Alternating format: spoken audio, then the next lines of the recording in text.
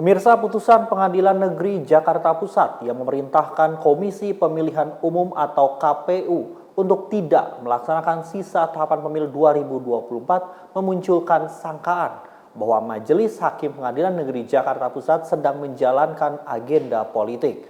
Apalagi isu penundaan pemilu sebelumnya sempat menggelinding dari orang-orang di lingkaran Presiden Joko Widodo.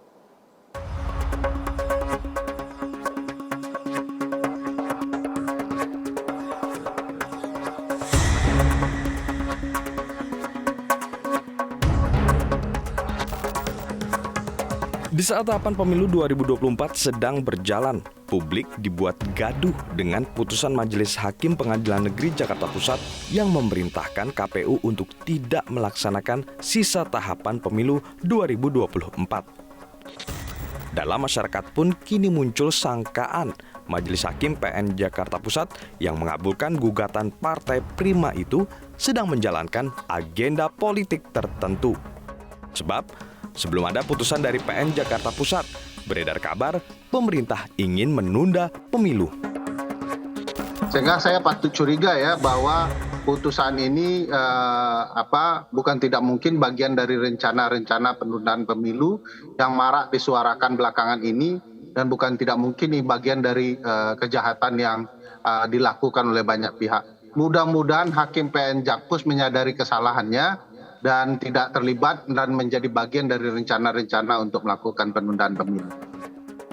Putusan Pengadilan Negeri Jakarta Pusat itu tentu tidak dapat dipisahkan dengan berbagai manuver penundaan pemilu ataupun perpanjangan masa jabatan presiden selama ini.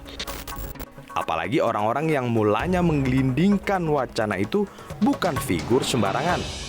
Menteri Investasi atau Kepala Badan Koordinasi Penanaman Modal Bahlil Lahadalia misalnya, berkali-kali ia menyuarakan agenda penundaan pemilu dengan alasan agar tercipta kepastian iklim investasi. Lalu ada pula Ketua Umum Partai Kebangkitan Bangsa Muhaimin Iskandar, Ketua Umum PAN Zulkifli Hasan, dan Ketua Umum Partai Golkar Airlangga Hartarto.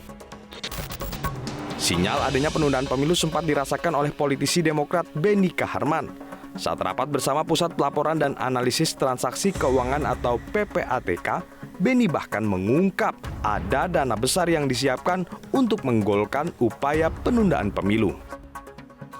Saya nggak tahu lagi, apalagi menjelang politik Pak Arsul, dana-dana ini. Apalagi maukah saya dengar katanya dananya banyak sekali untuk penundaan pemilu ini. Pakai dana untuk menunda pemilu banyak sekali dana-dana itu. Yang nggak nampung lewat bank ya bisa langsung. Apapun motifnya, usaha menunda pemilu merupakan pengkhianatan terhadap demokrasi. Apalagi Mahkamah Konstitusi juga sudah secara tegas memutuskan jabatan presiden cukup 2 periode saja. Ya, 2 periode, tidak lebih. Tim Liputan, Metro TV.